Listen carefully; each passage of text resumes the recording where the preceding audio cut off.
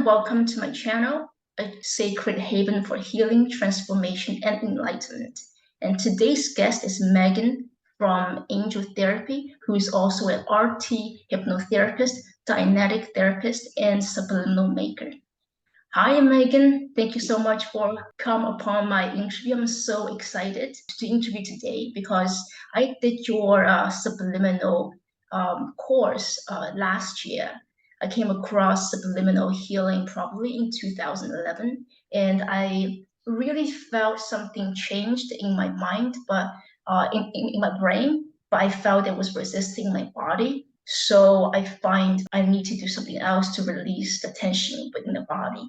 And after several years of doing energy healing, I noticed that, well, there's certain thoughts in my brain, in my mind that I'm not able to rewire, and I need to look into a certain healing modality that specifically help me rewire my brain from inside out.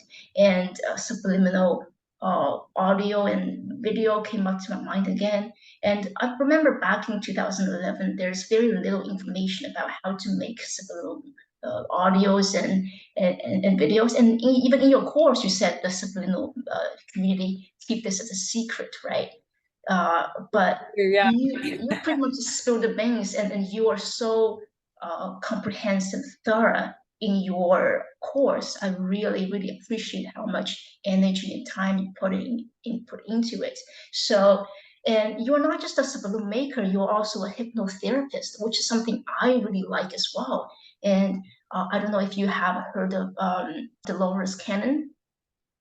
No, I'm not, unfortunately. Okay, yeah, she was a hypnotherapist, and she started with doing hypnosis on just like a normal life, helping people to release weight and stuff. But then she realized that some of the patients that showed up in her session regressed back into past lives. So she became specifically a past life hypnotherapist, and she started her own hypnotherapy modality as well.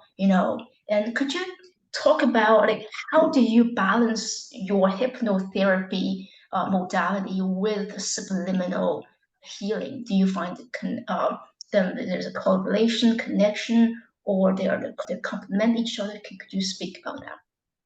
Yeah, absolutely. Of course, they complement each other. Yeah, it's actually a really good way because subliminals sort of like you add something to your subconscious. Hypnosis sort of like takes things away. It's really, really good. So hypnosis will get to like the heart of the issue, where your trauma came from and why you are the way you are, why you think the way you are. And it gets rid of those blocks. So once you've gotten rid of all the blocks, subliminals just really sort of reprogram you to think the positive thoughts to get you to where you want to go. So they go hand in hand, really. But I would say that hypnosis is the stuff that clears everything away. So they work very well together. Cool. So would you recommend somebody maybe do some hypnosis healing first and get to know where their blocks are, and then they can feed their subliminal messages that can help them reprogram their mind?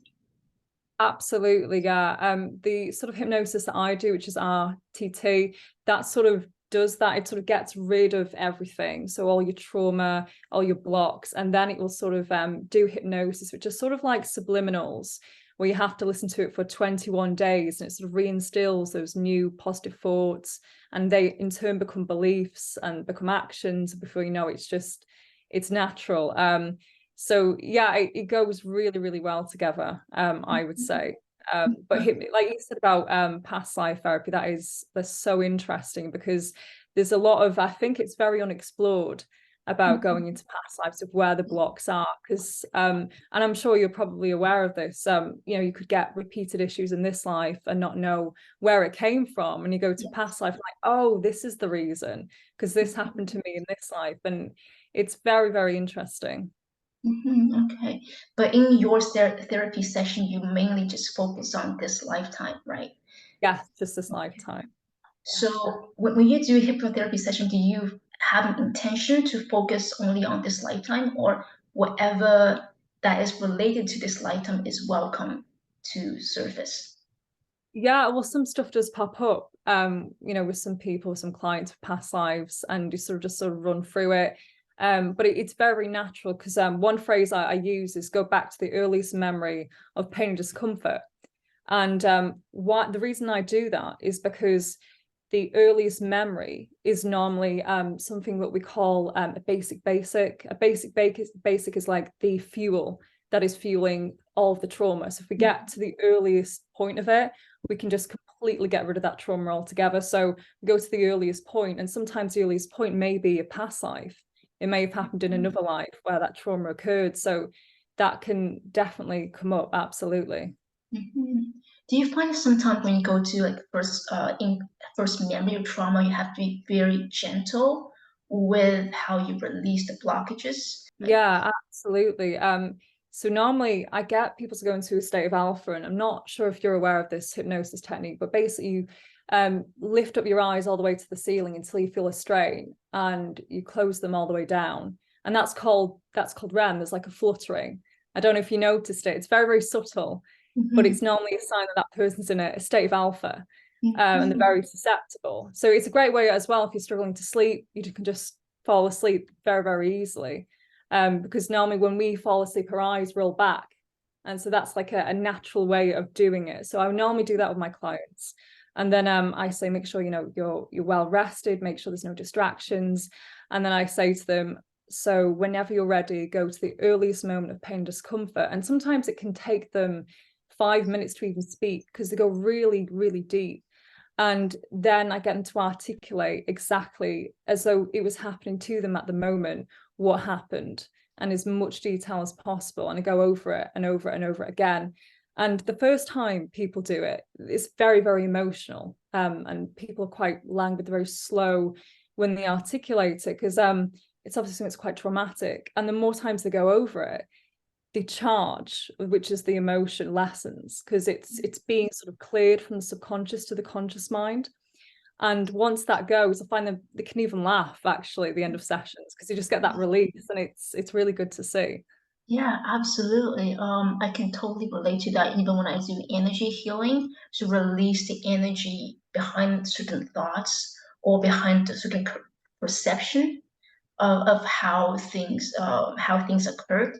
So we can really filter out a lot of the facts of what really happened based on the beliefs that we held. I think it's so interesting that we have discovered and I don't know if invented is the right way, but I find maybe discover is the right way. Like discover so many different healing modalities, but all come together as different venues to the common goal, which is to learn the lessons, to have forgiveness and love in our hearts, and to see things from not just our own perspective, maybe also from other people's perspectives, and have compassion for ourselves and for other people.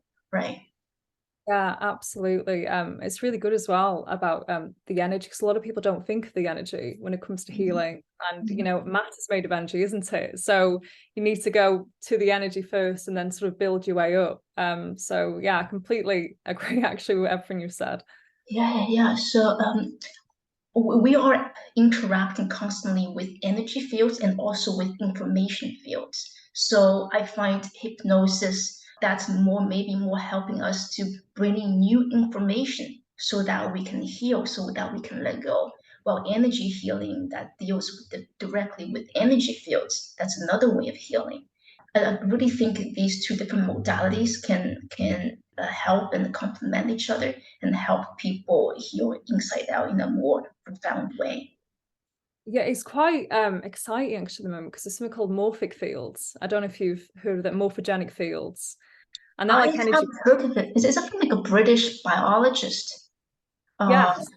Yes. So the guy who discovered it, I think it was Rupert Sheldrake. I could be wrong with that. Right. I might be wrong. Mhm, But he was the guy who discovered it essentially. It's this idea that everything takes a certain form, which is where mhm, this idea of like morph comes from. And it's all about energy. So normally with morphogenic fields, they're normally quite medicinal. You'll find them on YouTube. And it will just over time gently sort of change your field, your energy field.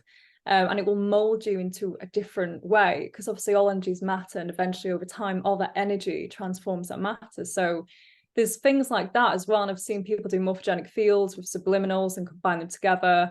And it's something I've looked into recently as well, how to make morphogenic fields, because they just work so well together. Like you said, energy and also the mind with subliminals, very complementary. There's a lot of wisdom and intelligence in our subconscious mind. It's really the subconscious mind that's driven our life, even though a lot of people are not aware of it. The conscious mind is really like the passenger, but overall, it's the wisdom, the subconscious mind that uh, that help us go through life challenges. Sometimes our conscious mind store away our trauma for our highest good. It will come out in its own timing. So how do you work with trauma that is not to be touched at this time? Sometimes it's quite simple. Like they just aren't aware of it. A lot of people, you know, like you said, they regress it. They just sort of store it really, really deep in the subconscious, and sometimes you just have to kind of like chip away at it in a way. Because the more you chip away at the trauma, the more trauma you'll find. It's sort of like digging a hole, really, and just getting to the bottom of it, of that gunk of where the trauma is. And the more you dig, the more you'll find. And that's sort of the process. But you'll find normally with the therapy, they sort of know where they can't really go, where they're not really prepared to go. It's very, very gentle. It's not as invasive, and just sort of let them in their own time, really. Yeah, right. I really think whether it's called hypnosis or subliminal messages, we shouldn't use it to push ourselves. We should only use it to facilitate the subconscious mind and allow trauma to resolve in its own timing. Have you seen any or come across any negative aspects subliminal messages can have on a person? Um, you know, it depends, because there can be some, and I'm sure you're aware of some bad subliminal makers out there that put in the wrong affirmations, and they've been exposed now, thankfully. The community is much safer. But in terms of subliminals themselves, I'm actually not aware of that. Could you oh, you're speak not to that? aware of them? Oh, Yes. well, there's been a couple of people that have been outed, like Mind Power, for example. Mind Power was very popular like a couple of years ago, a very big YouTuber, very big subliminal maker. And it was found that this person was putting in demonic affirmations, or affirmations that would harm people. And that's why actually one of the reasons I made subliminals is just to make sure they were safe. Mhm. Um, but it's much, much safer now. And you'll find that it's very, very easy to tell if a subliminal maker is a good subliminal maker or a bad subliminal maker, because you can just sort of reverse the process and find out really what the affirmations say. So it's much, much better. But in terms of subliminals themselves being negative, I would say sometimes if you use them too much, it can sort of lead to saturation. The saturation is a point where the brains are so bombarded with subliminal stimuli that it just sort of shuts down a little bit, and it doesn't function as well as it would normally. That's why they say as well, and I'm sure you come across this on some videos, to drink lots of water and all this other stuff to make sure it works better. But I wouldn't say they have like any inherently like bad side effects other than perhaps for the hearing, because you can get some subliminals, and if they're silent and you listen to them for too long, it can sort of affect your hearing a little bit. So you've just got to be careful to make sure it's like obviously in a low volume. You don't listen to it too long, you know, the general sort of stuff, really. Okay, that's amazing. Could you also talk about how subliminals can help people rewire their mind and also their behaviors? Yeah, absolutely. So it works basically on CBT. It's the idea that thoughts create beliefs and beliefs create actions. So it's sort of like CBT on steroids, really. That's how I normally tell a lot of people who can't get their head around the whole idea of subliminal therapy. Like it's based on sort of traditional model of therapy, but it's just done more to the subconscious than the conscious mind. So that's the kind of the way that it works. Obviously, you have all these affirmations, and they're like thoughts. They get repeated, and the more times you repeat them, they become a belief and they become an action.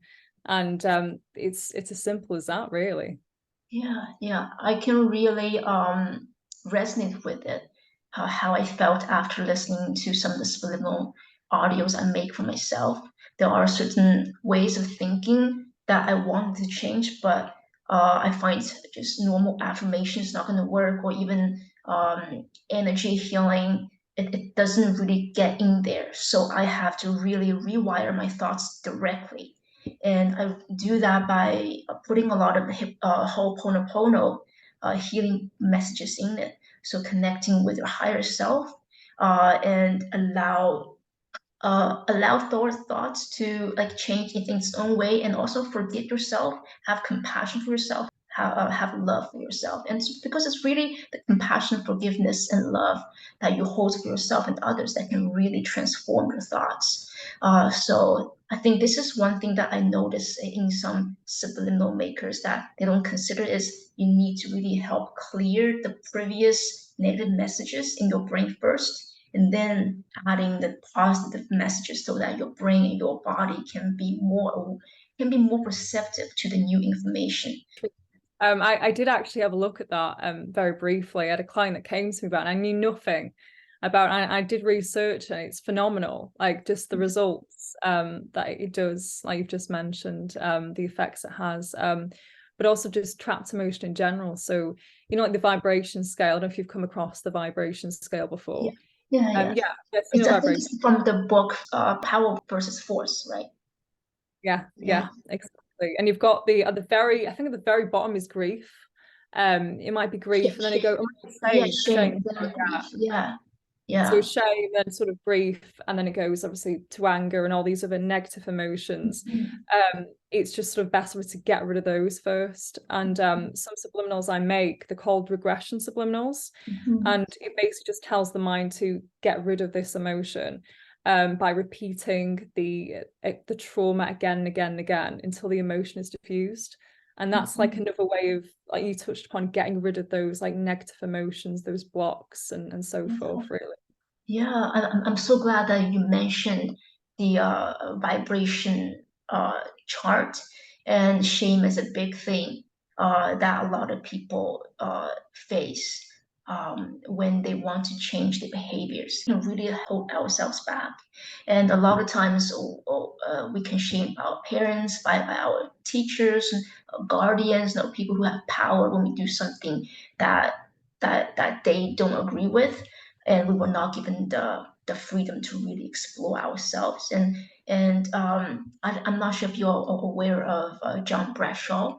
He has a program called Homecoming.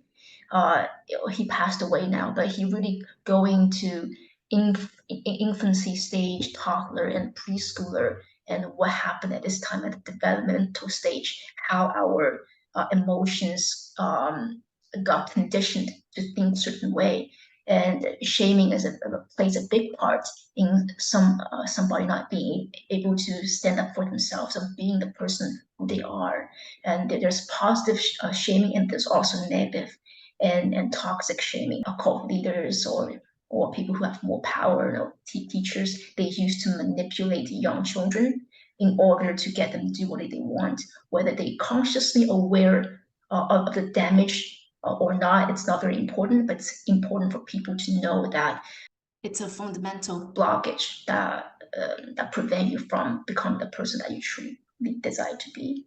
And I'm really glad that your subliminals address these kind of issues.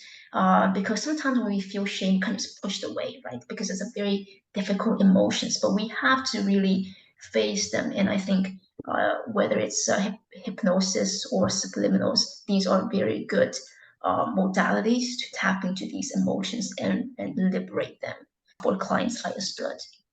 Yeah, absolutely. It's really important as well that when you said about like when you're a child as well and you experience shame, it's like I remember hearing this up to the age of 5, and that's when really that trauma just fully set in. So it can happen really, really early on. You've got to be very, very careful. A lot of people think, oh, it's normally adults that have problems with like trauma, and it's not actually. We all have trauma. We all have, the body keeps score all the time, even from very, very early on. And like you mentioned, the form of parenting with the shame, the sort of guilt, I think that's just generational. It's sort of been carried on from one generation to the next, and it's really break the cycle. But it's great because obviously channels like yours helps to break that cycle, so that we don't pass it on to our children, and they do the same thing. Absolutely. So Megan, when it comes to hypnotherapy, could you talk about some of the cases that you've come across that really opened up your mind, let you see a different perspective of healing? Yeah, of course. There was one client I had, and this is when I was doing dynamic therapy, and I was regressing her, and she was describing a past life when she was being hung at the gallows. And I thought it was a bit strange. I sort of just went on with it. I'm very, very open-minded. So I thought, okay, we'll see where this leads. She was just very descriptive about the smells, about what she saw.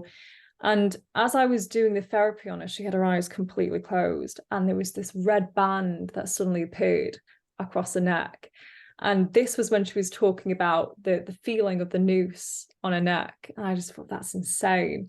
And there was a slight region where it was like thicker on her neck, on her left side. And I just asked her when she was in the hypnosis, the regression, I said, where does it hurt the most? And she was like, oh, on my left side. And she had her eyes completely closed. And I was just like, I'm believing her. I believe in past lives, because I could not explain it scientifically why that was the case. So that really opened me up. Okay. Like, did she come to see you specifically to see for the issue around the neck, or was it for something else? It was the issue why she couldn't trust men. And it turns out in this particular case, she couldn't trust men because she had a past life of when her husband actually sent her to the gallows. So, you know, said that she'd committed adultery, and she was sent to the gallows because of it. And so she couldn't trust men because she thought, oh God, if I trust men too much, I could end up dead, basically. So there was stuff like that we had to clear, and it was very interesting. Absolutely. Wow, that is very interesting. Now people are more open, and at least maybe in Western society, people are more open to the concept of past life. Because I think, is it Christianity that they don't really believe in reincarnation? I think, Yeah. yeah. Yeah, it's either heaven or hell or purgatory, and that's about it. Mhm. So it's very interesting to see these sort of, I would say, sort of like you said, Eastern sort of like forms of thinking, sort of kind of like seep into the West more and more. It's just really, really interesting how open-minded people are now. And I think it's probably from their own experience in this maybe ascension. We're all going for this spiritual awakening. We're realizing who we are and why we're on this planet. And yeah, it's very exciting. Absolutely. And also when it comes to past life regression, I read something about like everything really happening at the same time. But when it comes to human consciousness, we see things happening in a linear time. But really, there's no past, present, and the future. They're all happening at the same time, which is really a concept that my conscious mind cannot really comprehend. But I think some physicists now, especially quantum physicists, still dive into the concept of time, and how the future is also affecting the present.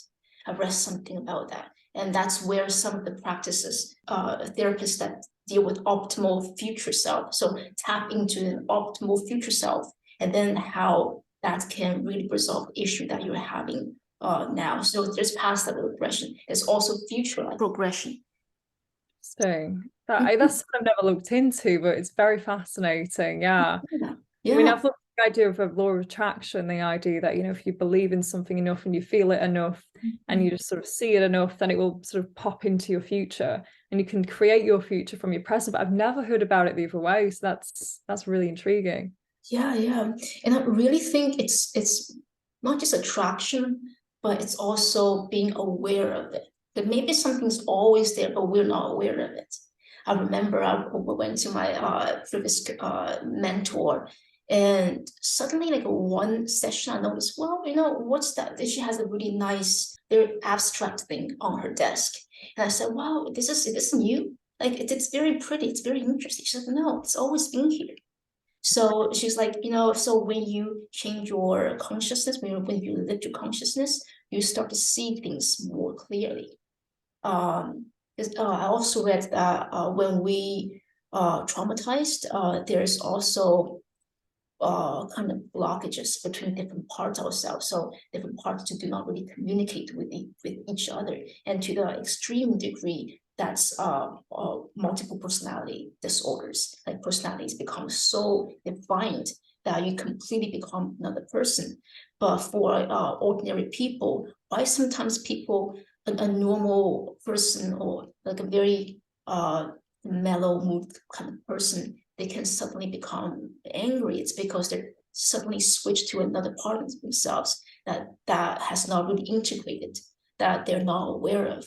And a lot of healing modalities now they can help with that, and hypnosis can really help with that. Become more aware of the parts that wound, the parts that they're not aware. So in their daily life, there's more congruence in how they operate and how they behave, so that they don't really react to people that they may regret in the future. Yeah, and I've also heard about split personality disorders. It sort of comes from feeling not safe, or some sort of trauma that happened earlier on in their life, and they felt the need to sort of escape it. And that's that way of sort of creating a new personality and then not having to experience that reality or not like be fully there. So yeah, like you said, there's loads of different healing modalities, and it's really good that now we can sort of scrape that surface and we can sort of dive underneath it and really discover why is it that we're having all these mental health issues, what is causing them, and just get to the root and just cure them, really. Absolutely. So there's another question I have about subliminal audios, and I come across like different ways of making subliminals. One is which you taught on your course, like you sped up the messages and you compress it, then you repeat it. And then you listen to it. But there's also a way of making it like a mute, change the frequency to another frequency, so your conscious mind don't really hear it, but it goes into your subconscious mind. Can you speak about it, if you have looked into different types of subliminal audio making, and which one do you find is more effective, or they're both effective in different ways? Yeah, absolutely. I would say when it comes to what you've touched upon, the compression and then the masking, so you put obviously the music over the affirmations, that is, I would say, better than the silent one, just because it's more conscious. And something I've learned from making subliminals, and it's always a learning journey, no one is ever the master. They might pretend to be, but everyone's always learning, we're always discovering new things, is that it needs to be partially conscious, because it sort of gets the entire brain involved, so the left hemisphere and the right hemisphere, and it's sort of like multi-hemispheric, so it just works a lot better. So I would say compression and masking. In fact, even if you just speed up affirmations by like 200% and you have sort of 3 voices, it's that like triple confirmation. There's like 3 different voices. That's also a really good way I've noticed. Just recently I've discovered that with subliminals, and it can get really good results. But the one you touched upon, I would definitely say compression is by far superior. I see. Yeah, that really confirmed my my own experiment, because I made both too. So I do find when I was listening to the one I can hear, that's definitely more intense. So like I cannot really listen to it when I'm working. It's like my mind is also processing when I'm hearing from the subliminal audios. I work as an accountant. Sometimes it can get a bit boring, so I need to put on music. So I thought, okay, why not put up subliminal music? I can work. So I have to listen to the silent one when I do accounting work. So I can totally see why the one that you sped up and the compress is stronger and superior when it comes to the effect. I went to your channel and you were offering a new course on releasing anxiety, right? Yes. Yeah. You speak yeah. Yeah, of course. That's it sort of pinpoints the beliefs, and it goes through, as you know as well, the vibration system, the vibration scale. So like all the shame, the guilt, the trapped fear, all of that causes anxiety. And there's normally like 4 emotions that cause anxiety. And there's obviously a couple of different beliefs that I talk about in the course as well. And anxiety is really just the fear of failure most of the time. It's just trapped fear that's in your body, actually. It's trapped in your body, and it's also trapped in your mind. And so I teach people about this, and at the end I give them what I call regression subliminals. So it's when you release emotion by listening to the subliminals. So they release emotion from past events and relate to certain beliefs that you might hold that cause anxiety. And yeah, and normally by the end of the course, it's normally like a 3-month course, because you go through all the emotions, you discharge all the emotion. You should be completely anxiety free. And as someone who used to have anxiety and who's been through all these subliminals, I no longer have it, so I can speak to it. But it really does work, because again, it's like what you touched on about this idea of emotion and trapped emotion and just getting it out, really. It's amazing. Yeah, I think a lot of people have this trouble with anxiety, especially with the earth rift and the new changes, like new energy coming in, and all of these different movements can also really make us feel unsettling sometimes, and we don't know what's going to happen in the next 10-20 years. Even me, like as an adult, I feel I really do not know what's going to happen in the next 10 years. Anything can happen with the AI, with different types of movements. Of course, a lot of positive movements are happening, but there are also possibilities where movements can go sideways, and we don't learn lessons from the past, and we can repeat the past, And there's also political crisis, etc. All make us feel, all contributed to the field of anxiety that we all experience. And I really appreciate that you put your energy and time into creating the course and sharing your knowledge and your experience. That's really, really admirable, inspiring, and very noble. And just to allow the audience to know you a bit more, could you maybe touch a bit on like what made you go onto this path? Because a lot of people don't go so deep into hypnosis, becoming a hypnotist, becoming a subliminal maker, and creating a course for anxiety. Could you speak about the motivation behind it? Yeah, absolutely. I think all healers are sort of a bit like this, and I think you'll like this because you're into shamanism. But the whole like concept of a shaman is wounded healer.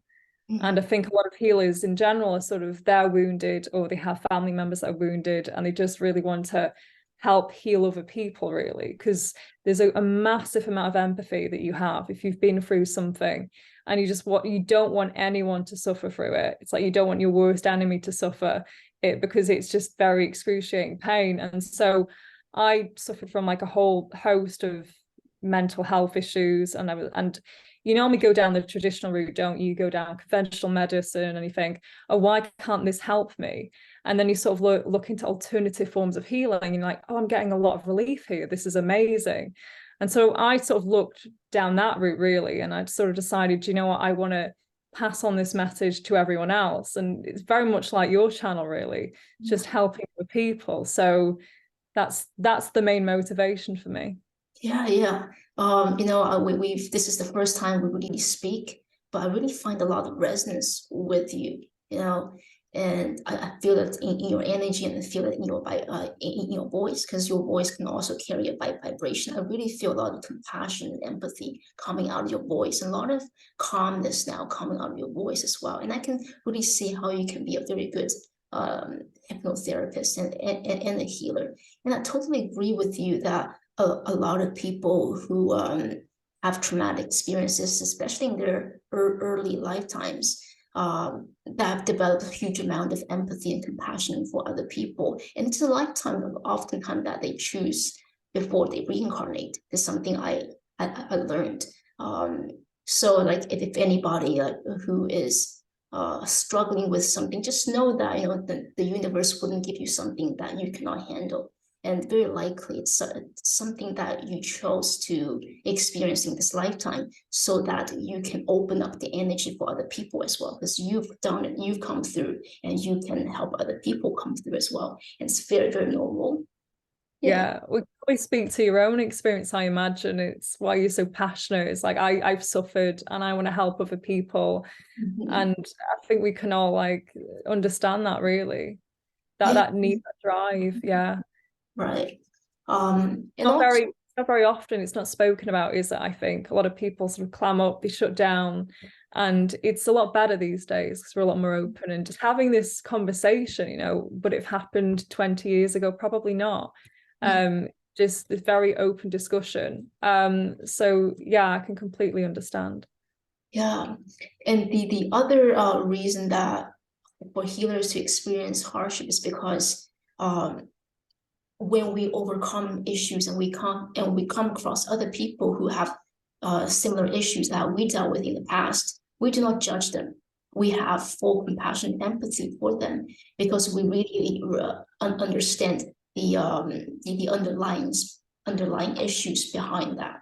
And it's something that a lot of high level souls agree to come to Earth to help Earth to change and evolve over time. And something I've been like really reading about, and also the prophecies that were out there like many like thousands of years ago, saying like, you know, the Earth and people, humanity is going to split, and one is going to become more compassionate and really go with the flow of the universe, and then the other path is going to be wanting more control. And I definitely see that becoming more now, and we're here to really help as many people as possible to move to the next level, to move to the next level of consciousness, where people can really experience peace and joy, and create a life that really fulfill their heart, and recognize their own power, because we're really powerful beings, and with healing, different types of healing modality to connect with the universal energy, we can even change our DNA. I'm not sure if you come across like 2 strands DNA and 12 strands DNA. So when we connect with universal energy, we can shift from 2 strands DNA to 12 strands DNA. So we feel more connected to everyone else, and we never feel a sense of loneliness again. But that has to be a journey, a step-by-step journey. And we're really here, like the way showers, to help others to move forward on this journey, you know. Yeah, absolutely. I do actually feel as well there is a force working against humanity that doesn't want us to awaken, that doesn't want us to heal. And that's through education, that's through, you know, the medical system, and they try and suppress this knowledge and make it so that we actually can't heal ourselves. And for example, that we take loads of drugs, and, you know, the pharmaceutical industry, it's a multi-billion-dollar industry.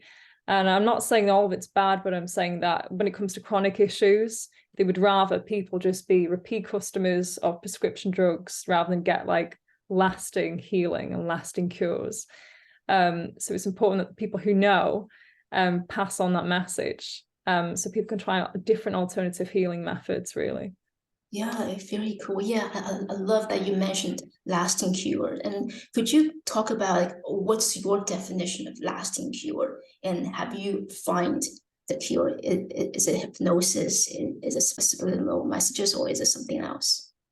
I would say a combination of all of them. Even diet is a big one. I'm sure you're more than aware of that. Diet's really big, especially with physical conditions. That can really help, and also mental clarity as well. Diet's great. And, you know, these days we have all these processed foods, don't we? We have foods that are man-made, and we're just feeding ourselves junk. And if we're going to feed ourselves junk, we're going to think like junk, we're going to act like junk. And it's just getting on like a better diet and a better mental diet as well. Both two things are integral, I think, to health. Yeah, absolutely. And I think the lasting cure, the seed of lasting cure really lie within ourselves, you know. And when we really connect with this healing energy with ourselves, we can really heal a lot of issues. A lot of it is the manifestation of judgment and unforgiveness towards oneself or towards other people.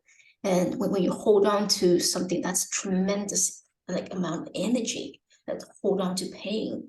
And one of the main purpose for healing is also free up this energy so that they can support our whole system better, so we can become a healthier being, healthier people, that not just mentally, physically, but also spiritually as well, that we can connect ourselves with a higher power.